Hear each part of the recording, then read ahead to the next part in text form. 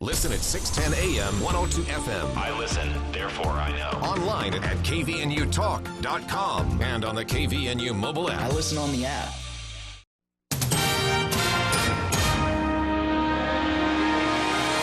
KVNU News Time is 5:05. I'm Bill Walter with this news update brought to you by Mount Logan Laundry. The Friday coronavirus update from the State Health Department once again included 3 COVID-19 deaths in Utah. One of them was a Box Elder County man older than 85 who is a long-term care facility resident. He is the 105th coronavirus death in northern Utah. COVID-19 deaths in the state over the course of the pandemic have now reached 2,311. Positive cases of coronavirus grew by 288 in Utah today, including 16 new cases in the Bear River Health District. The new number of total coronavirus cases in Utah is now 407,113. There have been 21,968 positives in Cache, Box Elder, and Rich counties. About 47% of all adults in northern Utah have been immunized as of today. That's around 61,000 people. A total of 136,309 doses have been administered in the Bear River Health District. On Thursday, JBS USA announced that all of its global facilities were fully operational after resolution of the criminal cyber attack, which occurred last Sunday.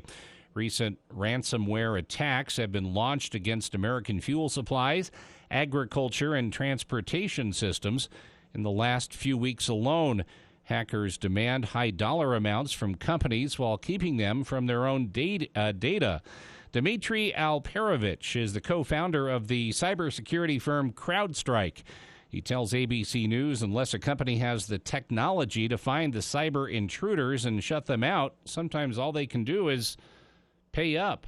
Sometimes you may have no choice, as disgusting as it is, to pay money to these criminals, but to pay. But you obviously have to exhaust all the other options before you jump to that step. Alperovich said the average corporation has to begin considering ransomware attacks as a reasonable possibility and prepare themselves. They have to start thinking about cyber as a critical business risk. If the last few months have not told you that your business can go down, you can lose hundreds of millions of dollars from that downtime and impact to customers, you really need to look again at the news headlines. In a statement Thursday, JBS USA said that the criminals were never able to access their core systems, which greatly reduced potential impact. And as of Thursday, they said they are fortunate that all of their facilities around the globe were operating at normal capacity. JBS employs more than 1,300 workers at its Hiram meat packing facility. And a farmer in Idaho has said he lost about $7,500 in revenue from 54 lambs killed by nearby bald eagles. The Times News reported that Rocky Matthews started finding dead lambs in April on his farm and initially thought someone was killing the animals with a pellet gun. Matthews later discovered eagles who have lived on his property for more than 20 years were attacking his flock. An Idaho Department of Fish and Game regional wildlife biologist says eagles strike from above using their talons, which can sever internal arteries and cause animals to bleed out. KVNU weather brought to you by the Duct Hunter. With your AC working hard, now is the perfect time to call the Duct Hunter to get your ducks free of dust. 770-4813. Warm evening tonight. In fact, overnight it's going to get down only to the low 60s, around 63. Mostly sunny, hot again tomorrow, lower 90s for the high. Sunny and mid-80s, so a little bit cooler on Sunday. For the latest news, visit CacheValleyDaily.com. Make laundry a snap with the large load washers and dryers at Mount Logan Laundry. Rather than 8 to 10 loads at home, get the job done in 1 or 2 with their 55 or 80-pound washers and 80-pound dryers that are perfect for sleeping bags, comforters, and other big items. Mount Logan Laundry has free Wi-Fi and drop-off service, plus they're open until midnight. Mount Logan Laundry really is the cleanest spot in town. Find them at 5th East and 9th North in Logan or in Brigham City on the corner of 1st East and 7th South. keeping you informed. News Talk KVNU, 610 AM, 102.1 FM, and online at 610kvnu.com. Pristine wilderness can still be found in the West, where creeks run freely and historic apple trees still bear fruit. Maple Creek Ranch features breathtaking canyon views and opportunities for real estate development. 2.5-acre lots are now available with adjacent wilderness areas that provide endless riding and recreational possibilities. So find your piece of paradise just 35 minutes from Logan at Maple Creek Ranch. Schedule your appointment online at maplecreekranch.net. You've been putting up with a dirty, dusty wood stove for years. Why haven't you changed it? Go to Advanced Fireplace and Stove in Logan. Look through their showroom for ideas on Quadra-Fire pellet and wood stoves and Heat and Glow gas fireplaces. They have several demos in place so you can see firsthand how your project will look. And you can trust the pros at Advanced Fireplace and Stove. They'll do the job right. Advanced Fireplace and Stove. 752-7272. Online at advancedfireplaceandstove.com. Attention homeowners! You may have noticed the ground shift after your foundation has been poured, causing your house to sink or settle. Protect your investment from issues before they happen. Polylift Concrete Raising and Piering will stabilize, lift, and eliminate further settling by using Magnum Piering products to save you big money down the road. Polylift Concrete Raising and Piering are the foundation lifting experts. Visit poly-lift.com to schedule your free assessment or call or text 435-999-9309. Polylift is locally owned and operated.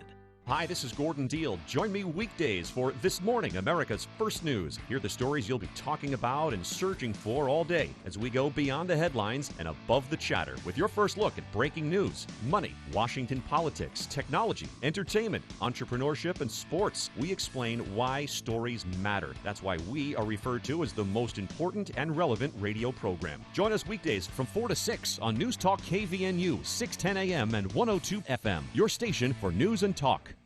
Our most vulnerable veterans are isolated at hospitals, and during their greatest time of need, their loved ones can have little or no contact with them. Imagine having to shelter in place forever. Learn how you can help at healvets.org. Help Heal Veterans, with the support of citizens like you, is making things better together.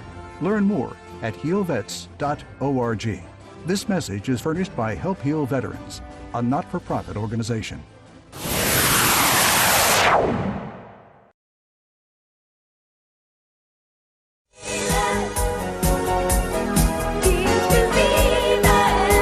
Welcome back to KVNU's For the People. It is hour 2 of today's show, Friday, June 4th, and time for the For the People movie show.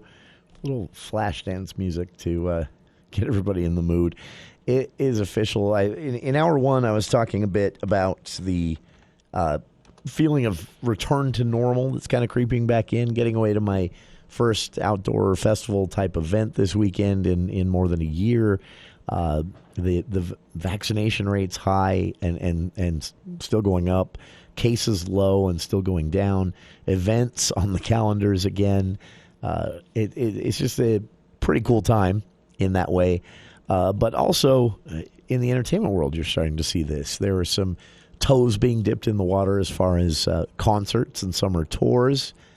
Some big festivals, like some of the events that happen at the Gorge in Washington, are still on hold because that's such a large venue that draws a large crowd of both campers and concert goers each event. But they're saying they're not canceling the season there. Movie theaters, you're starting to feel some energy creep back in here. We've had a couple of trial runs with big openers and movies with some famous faces and writers and directors behind them. Probably the biggest so far has been Those Who Wish Me Dead, based on an amazing book by Michael Corita and starring some pretty decent class of actors. And it was good. I saw it as well. It's making a decent amount of money. Probably even, I would say, a bit more than it would have made in a quote-unquote normal early summer movie season. But, I'm sure they're not complaining about that. It's making a bit more than it probably would have. Just with the lack of other choices out there, these films that have been, these production companies and distribution companies that have been brave enough to put them out there at a time when I feel like a lot of people are sitting on them, a potential blockbuster waiting to see. It's kind of a little bit of a chicken and the egg thing going on here. Are the crowds not going back to the theaters in droves right now, despite vaccination rates, despite low case counts, especially in places like Utah, and also, a lot of different states, even California. Is that why they're not going back? Because there's still a pandemic on and they're still holding off, or are they not going back because everyone's sitting on their big blockbusters waiting for them to go back? We'll never know, but you can start to see things kind of move and get a little fluid on this at the box office. And this weekend, we have a film to talk about, which we will, with Andy Morgan of andyattthemovies.com in just a bit. He'll be joining us.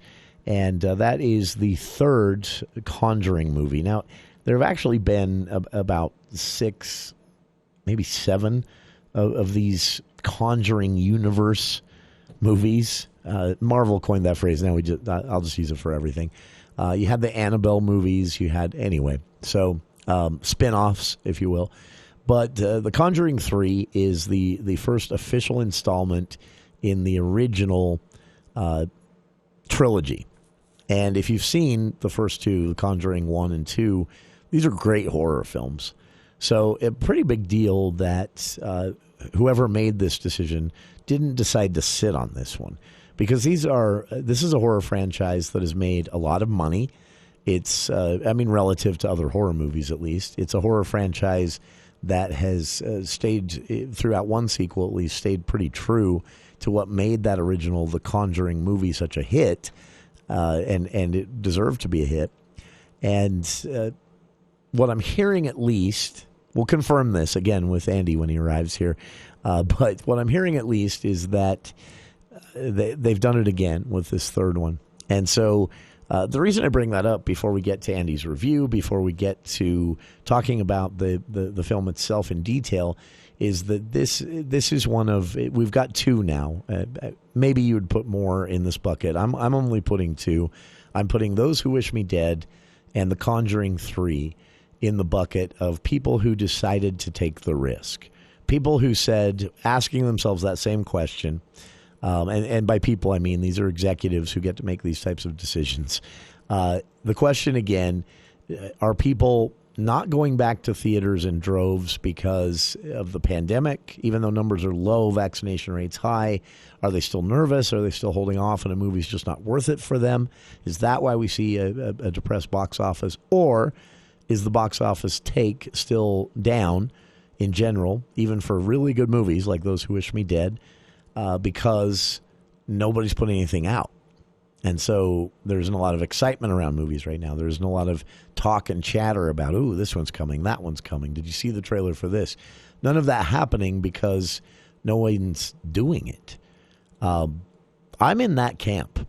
I believe that if the production companies, the distribution companies, the studios behind the movies, if they just take the leap and put some of these summer movie blockbusters that they've been sitting on, in some cases for more than a year now, if they just put them in theaters, I think people are going to show up. And I think that that's going to have some exponential growth very quickly. And so I'd like to see them take the risk. I understand why they don't. If you have a movie that costs, $200 million to make, and you need to make that back, and that's a small price for a traditional blockbuster style movie. Obviously, you're not going to just let's see what happens. No, you're going to wait until you see the box office performing, until you see that movie that gets over that first hump. When you see, a film hit theaters and maybe a little much to expect any film to break a record right now after a year of theaters, basically, in most people's minds at least, being shut down. But I think once you see that first film make a gazillion bucks and get some buzz around it, people talking about it, and not just critics, but just people, real people, no offense to critics. I think once you see that happen, you're going to see these studios basically stepping on each other to get their film out and release it before it's no longer the summer movie season. But if they sit on them until July, yeah. So really the only big, highly anticipated film that has received an official release date was also kind of a hedge bet. They are releasing Dune this fall. It was originally intended for last fall, then postponed to Christmas time.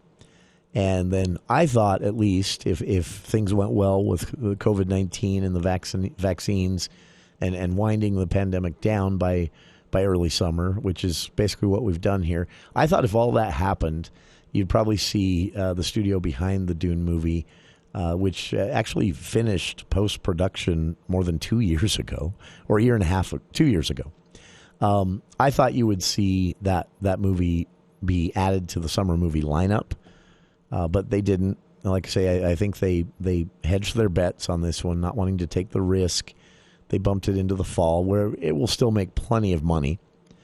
But I think it could have been a great summer movie blockbuster and maybe one of the first post-pandemic. It's not what's going to happen, though. As far as releases, there are quite a few. We'll be talking about those later on in the hour as well. And again, Andy's review today will be on The Conjuring 3. It is playing here in Logan, among many other things. We'll talk about those in a bit, what else you can see in theaters.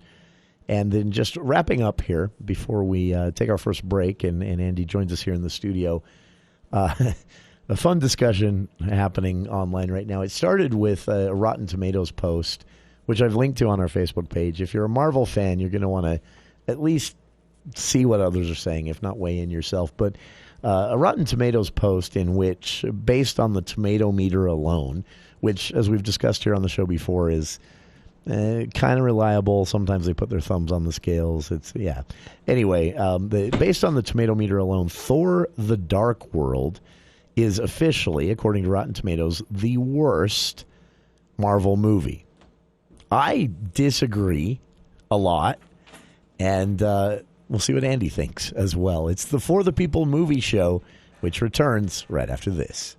This is Dr. Red, chiropractic physician with Red River Health and Wellness. Have you been suffering and you can't find any answers? I actually suffer from depression and anxiety. I also have had severe IBS problems. I actually had gone into a different doctor of mine because I thought maybe I was starting to go through menopause and had problems sleeping, and I wasn't resting well, and just everything felt wrong. Red River Health and Wellness can help. I am now back at work.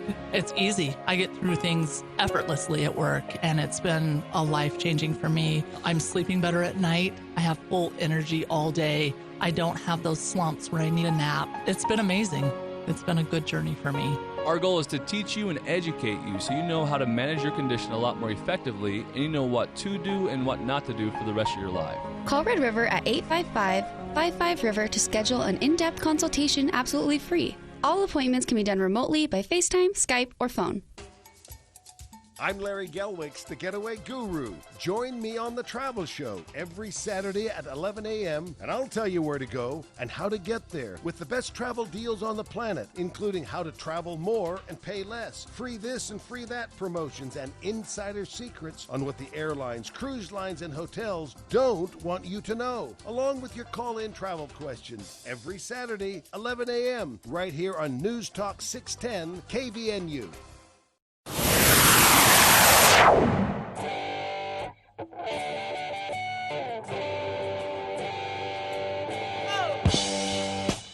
Welcome back to the For the People Movie Show with Andy Morgan of AndyAtTheMovies.com. This hour we'll be talking about The Conjuring 3 in theaters here in Logan.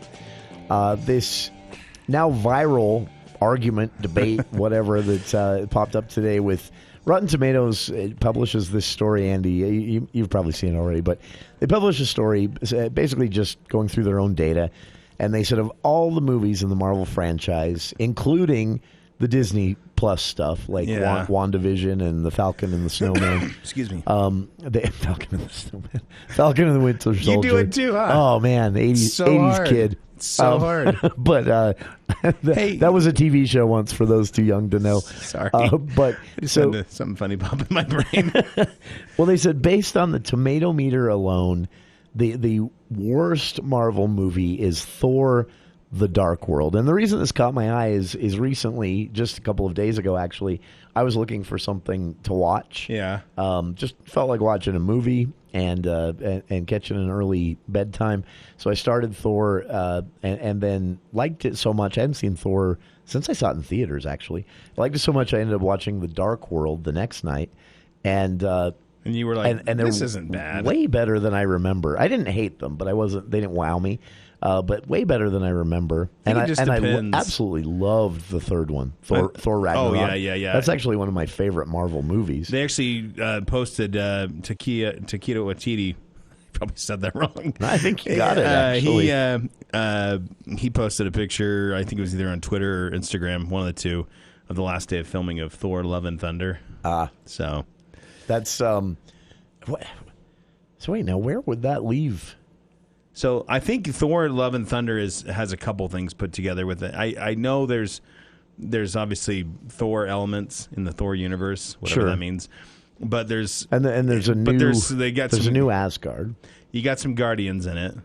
Okay. 'Cause you remember Thor was like, yeah, I'm gonna go with these guys, right? Oh, that's right. And he leaves with the raccoon or with the rabbit. Yeah, the rabbit. Yeah, that's the. You're obviously the smartest one here. Thor is Chris Hemsworth is really good at humor. But going back to your original point, I don't think Thor. First off, we gotta. I was offended by this. Well, that's how mad I was. We also have to talk about this. The movies, right? Marvel movies are like Pixar movies. You know what I mean? Like, even if you were like, oh, God, Cars 3 or Cars 2 are abominations in the Pixar universe. My unpopular take, I was not impressed with Cars 1. But you know what's made me love Cars 1? The Radiator Springs Racers. In California Adventure. Fair enough. I'm like, this is a fun ride. Maybe that was a fun movie. I can't remember. Anyhow, but I can't remember. I don't. Yeah, I remember. And I'm not curious enough to feel. Love it. My point is Marvel movies are like Pixar movies. There are ones that are less good than the Everest summit of Marvel movies. But with that said, I can say my least personal favorite is Doctor Strange. Me too. I'm not, and it's not bad. He's either. Actually my least favorite character. Yeah, I think that's why it's my least favorite Marvel movie. It's just I watched the whole movie and I wish the movie. What's the bald lady's name? Tilda Swinton. See, now her, I probably would have really liked that movie if she was. If she was Doctor Strange, I mean, her character is so cool. Yeah, he's so just. I don't know. So here's the funny thing: I don't like I don't like Doctor Strange in Doctor Strange, but I actually don't mind him in the Avengers Endgame and Infinity War. I don't mind that because I'm a fan of ensemble movies. Some of my favorite things. I like it when you get it's like a dream team, right? Let's date me here. It's like the 1992 dream team, right? Like, it didn't matter how big of a basketball fan you were. There was probably multiple players that you loved on that team, and you wanted them to do well. That's how I feel. That's how I felt about Infinity War. It's like, oh, look, it's Captain America. I like him. Oh, look, hey, it's Loki. It's Hulk. It's everybody. So my thing is I like. There's some Marvel characters that do better in the ensemble movies than they do in their own standalone films. Yeah. I think, this is probably an unpopular opinion. I kind of felt that way about I like Captain Marvel and I like Black Panther, but I think part of those movies doing so well was underrepresented people in the world and in our country going, holy cow, that's a superhero that looks like me. Yeah. Right? And that's awesome. It's awesome because, for so long you've got Batman, Superman, Spider-Man, whatever. And I think the success of the Avengers movies themselves made a lot, because you have to remember that to a different level. The release. No, I see what you're saying. The release dates of these movies. So you remember, like, the first Thor movie comes out, and I remember how it did at the box office, but I know when I saw it, I was like, it was all right. I liked Iron Man better. And then Avengers come out, and I'm like, oh, Thor's pretty cool. Well, it was cool. I'm excited to see the sequel now. But see, that's a great point, though. You're actually supporting my stance here. What it is you introduce Thor in Thor, and you're like, all right, I'm okay. Yeah, he's a nice placeholder, and then he pops into Avengers, and you're like, okay, I like Thor better now that he's talking to everyone else. Yeah, and then he grows on you. But I think that's just how stories work. It's the evolution of a character. You get to know him more.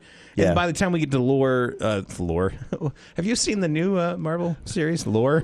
No, sounds intriguing. By the time we get to Thor, sorry, it's so hot outside. It's so warm. I'm warm. It's difficult to think. Do you ever when all your body parts are sticking? When you're driving, like in your car, or like maybe you're sitting at work or something, whatever you're doing, do you ever just have like movie lines come in to match your mood or your moment? I was sitting in my car sweating. And I just am sitting there, and I'm waiting at a stoplight, and I looked at, and I said this to myself, and I thought, am I losing it? And what I said was, and we'll see if anybody can guess what movie this is from. Let's see if you can guess. I'm feeling sweat dripping down my back, and I go, it's kind of hot in these rhinos. Still one of the funniest lines. I don't care, even if you hate. Kind of hot in these rhinos. Even if you hate that actor and that franchise, and I know people who do, and I don't blame them in a way, but that line, kind of hot in these rhinos, the way that is one of the funniest. Well, and then obviously moments. What happens after? Oh, look, that mama rhino's giving birth. Oh, hey, by the way, I just saw this. The Mine post. is always from Fear and Loathing in Las Vegas. Roll your bleeping window down. Enjoy this desert air. They're in a convertible with no top. He's yelling at him for not rolling his window down. I think of that every time it's hot outside. I just saw something here on this Rotten Tomatoes article about Thor, and down at the bottom there's a YouTube video that they've posted, and it says Rotten Tomatoes is wrong about Attack of the Clones, and I will never visit this site Don't again. click on it. Don't do it. Nope. Bye, Rotten Tomatoes. Yeah. I blacklisted it. Yeah. Oh, they've got all the prequels. I don't want to talk about it.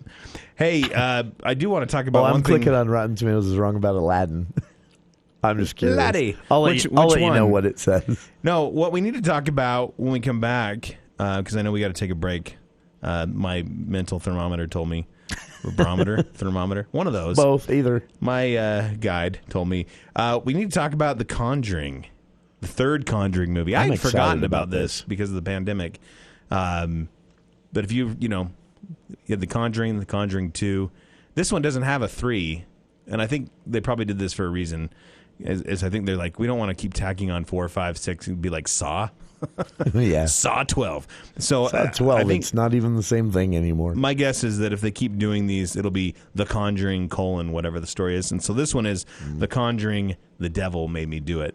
And I'll be honest, I'm a huge fan of The Conjuring I can't believe I'm going to say The Conjuring universe. I can't believe that's a thing. I said the same thing earlier before you were here. Can't believe that's a thing. It's a thing. I'm a fan of it.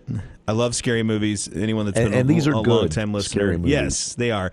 This is not a James Wan. He's produced this. They've have a different director.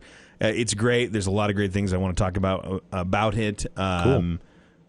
But yeah, I wasn't super impressed by the trailer when it first came out. So. Yeah, I thought this was the Paranormal Activity, the marked ones, or was it even Paranormal Activity 4? Paranormal Activity 4 too. Was that when they kind of It was when they just left.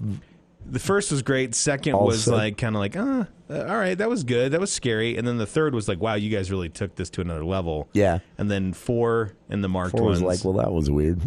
Did they? They did do a 5, didn't they? Remember? 5 was the marked ones. No, because they that one was just called Paranormal Activity, the marked ones. Yeah, but technically the 5th movie. The 5th movie, and then the Ghost Realm. Oh, the Ghost. Yeah, Ghost Protocol. Yeah, which is if you go. That had Tom Cruise in it. So I thought about. I don't buy a lot of physical media anymore. I thought about it was on sale somewhere. I thought about buying this. They have a Blu-ray 6 movie set of the Paranormal Activity movies. And I don't actually. Don't do it, man. Let's ghosts into your thought, house. that might be cool. There's extras. It's sometimes fun to actually own this in case you don't have the internet somewhere. And then I'm like, I'd never watch 3 of these ever again. Here's the first 3. Netflix rotates them in once in a while, and I can watch them over the first 3 over and over. This I'll give a little tease about The Conjuring 3. I know when it's a good scary movie because I watch them with my kids. It's like tradition. When after the show, if either one or both of my kids, if both of them do it, then I know it's a surefire home run. But if both of them say, "Can we watch like a Disney show for a little bit after?" Then I know that it worked. It worked. Very nice. And they both did that. That's actually a good barometer. Last night.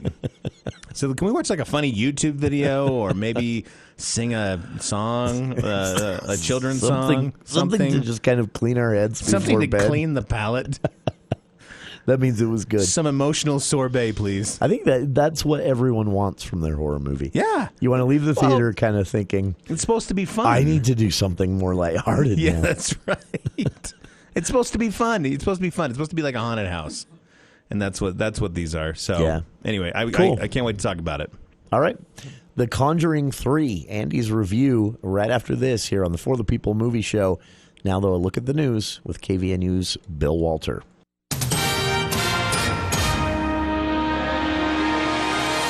Thank you, Jason. KVNU News brought to you by U&I Furniture. Conservation groups have sued the federal government over the Trump administration's decision to allow construction of a new 4-lane highway through a national conservation area in southern Utah. That includes protected habitat for the Mojave Desert tortoise. The group Conserve Southwest Utah sued today, arguing that the road through part of the sensitive and scenic Red Cliffs area would put the tortoise and several other species at risk. Highway supporters say the plan balances wildlife protection with the need to keep traffic flowing in the St. George area, one of the fastest-growing parts of the country.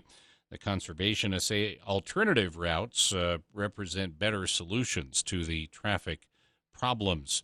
Interior Secretary Deb Haaland has made her recommendation about whether to reverse former President Trump's decision to downsize 2 sprawling national monuments in Utah, but details on her decision have not been released. A court filing Thursday in a legal battle that began more than 3 years ago shows the Interior Department gave the report to President Biden on Wednesday. It doesn't say what the report contains. Interior Department spokeswoman Melissa Schwartz has declined to provide any information about the report. Haaland traveled to Utah in April as she became the latest cabinet official to step into a long-running public lands tug-of-war. And police are investigating a possible hate crime after a rainbow pride flag was burned and a note targeting the LGBTQ community was left behind. KSL reports a homeowner in Kaysville told police early Thursday morning that a flag was cut from a flagpole and set on fire in the street. Officer Lexi Benson says police are investigating the incident as a hate crime after a note was left behind containing Bible scriptures purporting to condemn the LGBTQ community and other derogatory terms. KVNU weather brought to you by Logan Extermination. Did your yard get torn up this past winter? Those pesky voles are nasty. Call Logan Extermination 752-8450 to get them under control today. Our forecast for tonight, partly cloudy skies, and the overnight low is going to be in the upper 50s, and then partly cloudy in the morning, then clearing, high around 90 tomorrow with southwest winds 10 to 20 miles an hour in the afternoon. It's been to 94. For the latest news, visit CashValleyDaily.com. U&I Furniture just acquired an entire showroom of furniture from the Las Vegas Furniture Market. Best Furniture, an American-made furniture company, delivered to U&I sectionals, sofas, recliners, lift chairs, accent chairs, ottomans, benches, and a whole lot more. These are one-time deals that will not be repeated, so shop early for the best selection. It really is just another reason that you'll always find a better buy at U&I Furniture. U&I Furniture, 28 West 1st North in downtown Logan. Projects outside go much better after a stop by Stevens Forest Products. Pick up bark, mulch, or compost by the bag for $1 or $2 less at Stevens, or buy it in bulk and save even more. Stevens is also your best source for flagstone, perfect for patios and walkways. Choose from 7 color choices. Pick up a few pieces or take home a pallet. Delivery options are available. Stevens is also home to over 5,000 in-stock railroad ties with prices beginning at $13.99. Stevens Forest Products, between Smithfield and Logan at 3277 North Main. Better weather, longer days, and the urge to get outside. Spring has sprung. Hi, I'm Jay Broadbent with Alpine Home Medical, and we'd love to help you scoot into spring and enjoy $200 off our high-quality scooters. Bringing wellness home is our motto, so also enjoy $200 off our best-selling lift chairs. For locations and information, visit us at alpinehomemedical.com. Alpine Home Medical, we bring wellness home. Visit alpinehomemedical.com. Join us each week for Music and the Spoken Word, featuring the Tabernacle Choir at Temple Square, the longest-running continuous weekly network broadcast in the world, celebrating over 90 years on the air. Each episode features modern and traditional arrangements of spiritual, patriotic, classical, and contemporary music, and a timely, inspiring message. Music and the Spoken Word with the Tabernacle Choir. Sunday mornings at 8 and again in the afternoons at 6 on News Talk KVNU. In 1981, Arnie Johnson pled not guilty. We think this family was cursed. By reason of demonic possession. I am not going before a grand jury and saying he was possessed by demons. Whatever happened that day, that was not Arnie.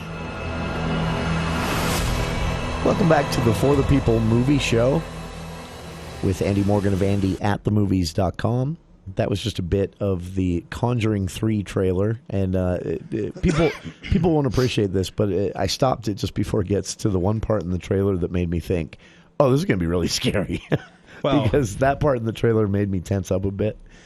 The cool thing is they actually throw, I'm going to tell you right now, that trailer throws you for a loop. Is it deceptive? In some ways. I like when they do that. Well, you know who I feel bad for is the kid that is in the trailer, the kid with the glasses, the little like 8 or 10-year-old kid. Oh, not the one that's charged with the crime. No, the little kid that's like playing on the waterbed. Oh, and yeah, like that was creepy too. Yeah, I was like, well, that's why we got rid of waterbeds. Yeah. I was watching this kid, and I'm looking at that kid, and I'm like, I know that kid looks so familiar to me. You know, where have I seen this kid? And then I looked up, the casting, and that's the same kid that if you were in, did you ever watch The Haunting of Hill House on Netflix? Oh, I loved that. It's the kid, I think his name's Julian Hillard, I believe. Oh. He's the one that plays young Luke, the kid that goes down the dumbwaiter at that one point, remember? Okay. The kid that's basically... And comes back different. That sees all the...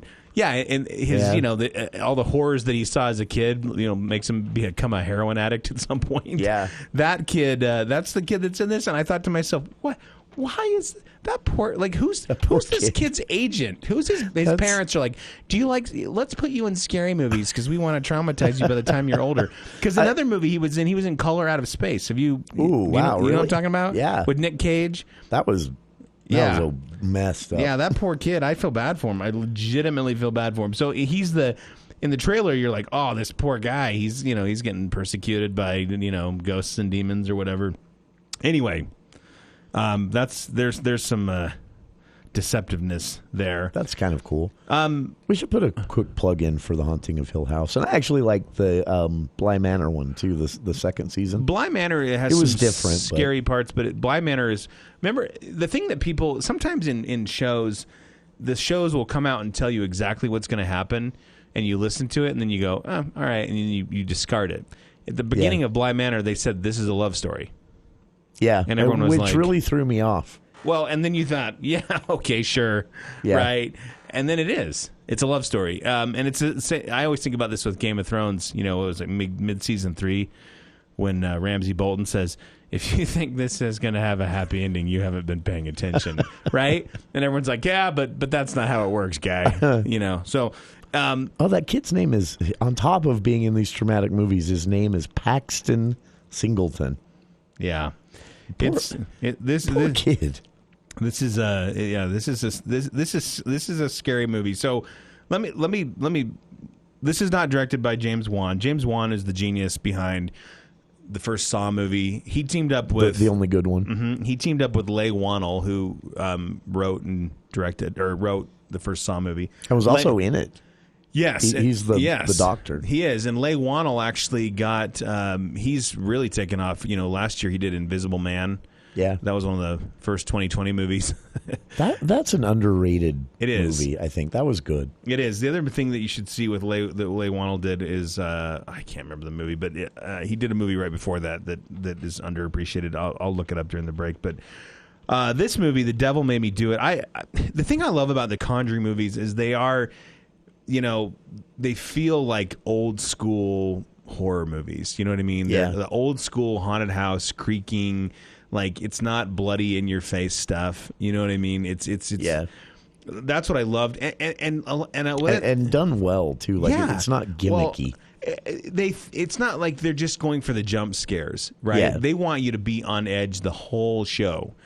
And so they do a really good job of that. James Wan he's excellent with the screenwriting and the his angles that he uses, the way he knows how your brain works when it's scared.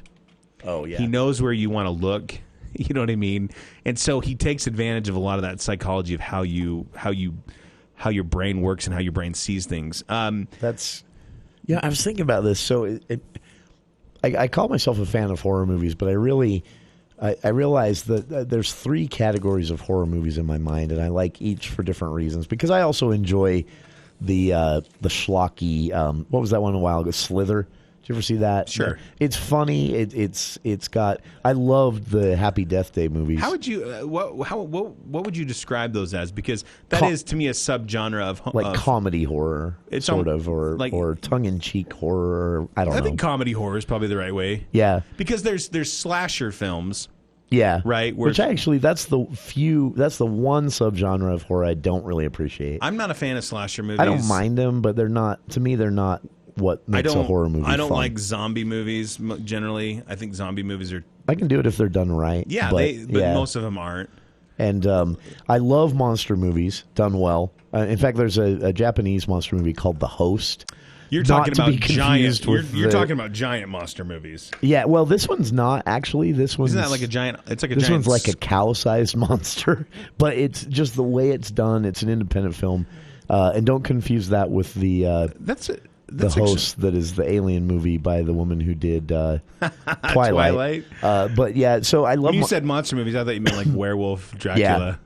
And like I say, I love comedy horrors. The Happy Death Day movies. I don't know if anybody saw it. I think I'm the only one I know. No, they're great. There's a movie called Ready or Not. Yes, I wouldn't qualify that as a horror movie. No, it was in the horror movie genre because it's extremely violent and a bit gory in parts. But it was really just kind of a clever action movie with some humor in it. This is interesting. So I typed into Google because I want to know this. Everybody's different. I said, what makes a movie a horror movie? Somebody out there right now is like, shouldn't you already know that, movie boy? But no, I don't. Movie boy. Because Alien, I would consider Alien a sci-fi horror movie, right? The first one, yeah. Yeah. Second one's more sci-fi. First one is a horror movie. Yeah, the second one would be more like sci-fi action, right? Yeah. But so this is what the definition is. This is like one of those. According to the Encyclopedia Britannica, horror films may incorporate incidents of physical violence and psychological terror. They may be studies of deformed, disturbed, psychotic, or evil characters, stories of terrifying monsters or malevolent animals, or mystery thrillers that use atmosphere to build suspense. So, but that's why I keep bringing up. That's a lot of movies that can be folded into that definition. Well, that's why I keep bringing up the Happy Death Day movies. Because they're in the horror genre, but they're just comedies. Yeah. In fact, there's very little horror or even violence in those movies. Let's see what they're. There's one death, and it just repeats 9 times in each movie. But so my favorite, I decided thinking about this, all these subgenres. My favorite subgenre. So they call horror. Sorry, I didn't mean to interrupt you. They call Happy Death Day is a black comedy slasher film. Okay. That's Wikipedia, so take it with a grain of salt. I don't know if that fits, although slasher I think is a little extreme for... There's really not much violence in those movies. If it has a knife, it's immediately a slasher movie? And it's one death, right? I mean, anyway. Anyway. I wouldn't even call it a slasher movie. I would call it a black comedy, definitely. That's a good one. I'd say black comedy horror movie. And they're hilarious. When the guy that keeps asking her on a date, each time she replays the timeline, and she finally just snaps on him, because she knows where his life goes. That's one of the funniest scenes in a movie. Anyway, so my point with all this is clever, very clever. Clever's a good word. I don't mean clever. It will make you laugh. I don't mean clever like silly. Like it's clever like I imagine somebody was sitting in a room and they were watching Groundhog Day, and they were like, "What if it was Groundhog Day, but like someone was trying to kill you?" Yeah, like you're running from a killer, and that's just fantastic. And then the cast is great. You know, that actress is so funny. She picked a great actress. She's hilarious. She's really irritating in like the first 5 minutes. Yeah. And then you just, and by the second movie, you absolutely love her. But, Right. But the reason I bring this up is I decided my favorite subgenre of horror movie is where this Conjuring movie is. And I would put The Haunting of Hill House in the same boat. The first Paranormal Activity movie, and maybe the second in the same. These are movies that you sit down and you, to use a bunch of cliches, you clench up, you hold your breath, you maybe consider in some scenes putting your hand over your eye. That to me is the best subgenre of horror movie. There's so few of them. I used to cover my eyes. Yeah, we were actually talking about this after the movie. We were talking about, what is it about scary movies? You know what I mean? And for me, I think these are the kind of movies that you have to see in the theater together. They're communal. They're a communal experience. It's like you would never go to a haunted house by yourself. I mean, I'm not saying if you do, you're like a loser or anything, but most people go with a group, right? At least another person. It's funny you bring that up because I had this personal experience once where I got separated from my group at a haunted house. And I don't know if it was like survival mechanism or what, but this thing kicked in where suddenly I was hyper aware of how staged and set up this whole thing is, and I just walked through it. You were like, I'm out. Things would pop up at me, and I would just be like, nah, I knew that was going to be there. And guy would come at me with a mask, and I'm like, well, I know you're not allowed to touch me. So And so I just literally strolled calmly through this. It wasn't scary, and that's when I realized other people reacting is part of what makes it scary. Well, and I think that's what's fun about it as well, right?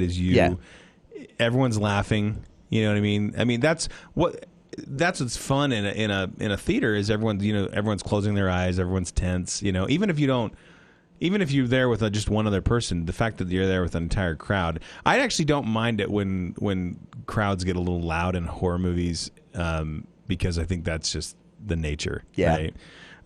Anyway, so getting back to the whole thing with this Conjuring, this one's going to be a little different. If you are, you're used to the kind of this.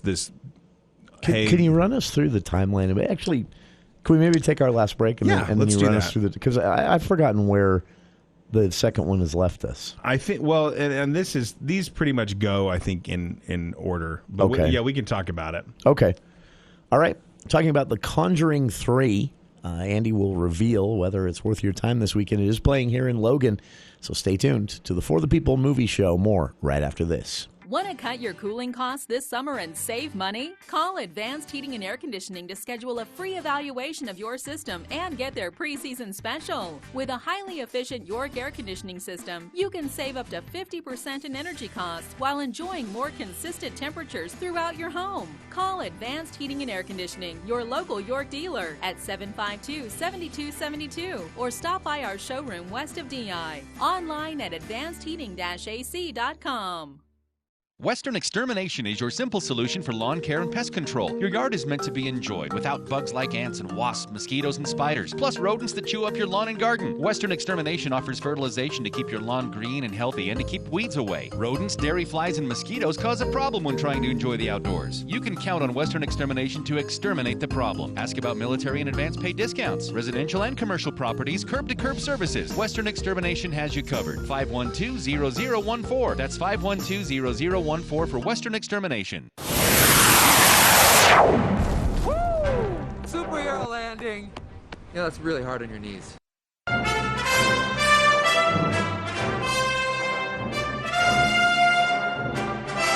Welcome back to the For the People movie show with Andy Morgan of AndyAtTheMovies.com. We're talking about The Conjuring 3. There have been, some spin-offs in this universe, the Annabelle movies and True. things like that. But this is the I don't first official in that original, what is now a trilogy. Yeah, and here's what I want to point something out to the listeners, because I pointed this out to somebody on Twitter the other day. The Conjuring universe, while I understand, has elements like you could say, okay, Annabelle, and all the Annabelle movies, and then what is it, The Nun? Yeah, those movies. I forgot The Nun was in that. Yeah, no, I actually liked The Nun. Well, and so I'm gonna say something that's not nice. I think all the movies. I think all those sub movies that came out of characters out of The Conjuring, so The Nun and the Annabelle movies, I think they're less than stellar.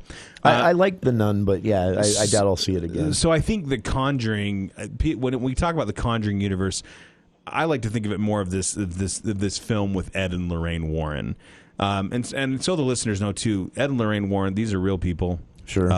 And these are real case files. James Wan had talked about this after the second movie. He said, I'm probably not going to direct the third movie, but we have a lot of things that we could do here because they have so many case files. And I love they keep, in the first two at least, they kept sort of the atmospheric horror. I would say the haunted house film is what those are. The clapping hands in the wardrobe scene in the first one. It's not a jump out and scare you kind of thing. It's just, for the listeners who haven't seen it, you know the little boy is hiding elsewhere in the house. Right. But she's in a room where the little boy isn't. She doesn't. They're playing hide and seek. Right. And she says, I can hear you. And the rules of the game, you have to clap.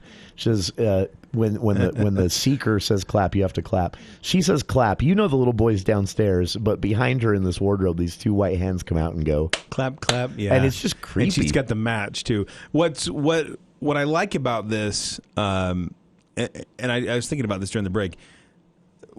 These movies rely on a lot of something that they don't know, right? Okay.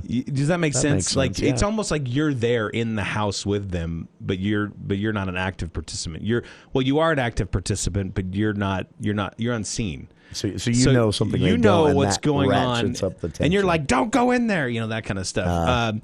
But I would say the first two Conjuring movies are haunted house movies. This third one, where does the second one leave off? I'm having a hard time remembering that. The second one just, they just wrap it up. It's the with the nun stuff. And it was set in England. Led to the spin-offs. Yeah, and so this is so. Excuse me. Would you say you don't have to have seen the first two? No. You can go into the Devil Made Me Do It, Conjuring, The Devil Made Me Do It. You would never need to see the other movies. There's no other than you'd be missing some cool background on this couple that really existed and really did this for a living. This one this is more like The Exorcist meets like a detective show. Okay. And what I love about this movie, and I won't give any spoilers away, but I love that the movie goes in reverse. A lot of these movies end with an exorcism. Yeah. This movie begins with an exorcism. Oh. And there's a great shot that the director gets at the first that's such a cool homage to The Exorcist. Just a little tip of the hat. That's cool. And then it just goes somewhere you don't think it's going to go. I wouldn't call it. It gets into some stuff with old ancient, kind of some archaeology things in some regards, and then you've got some police stuff going on, detective work. There's maybe even a little bit of court drama put in there, and then it's just a great. I liked how they tried to fit in. It wasn't just your standard, they were like, okay, well, we did a haunted house film, and now we're going to do that again. There are some scary things that happen in houses, but that's not the main locale. Oh, that's cool. It's, they're basically frantically trying to save this. I noticed in the trailer, a lot of things are outside. It is, yes. It's outdoors it a lot. is. It is. And what's really great about this, too, is, again, the cast, they always, Vera Farmiga and Patrick Wilson are just perfect. They have great chemistry. And it's amazing what a cast can do. Yes. Who's the older woman, the psychic from the other franchise you like? Oh. I'm trying to remember now. Insidious. Or, yeah, I know who you're talking about. I can't think of her name. She carries that. She does. And I feel the same way about these two. I think they made the Conjuring movies what they were. I agree. Yeah. Well, you can see this in theaters. Letter grade? Did you? I gave this a B. Just a flat B. Just so you know, I give the other one a B plus and the other one an A minus or A. Okay. So it's not as great as the other two, but it's like the Pixar universe. It's still good. Very cool. As I said before you got here, I'm hoping this is one that proves that the box office can be a hit and gets movies rolling again. I think it will. Very cool. Next week we'll talk In the Heights, a musical from Lin-Manuel Miranda. I'm excited about this. Yeah. Not to be confused with West Side Story, which is also being done. And that's in December. Yeah. All right. Dave Ramsey next.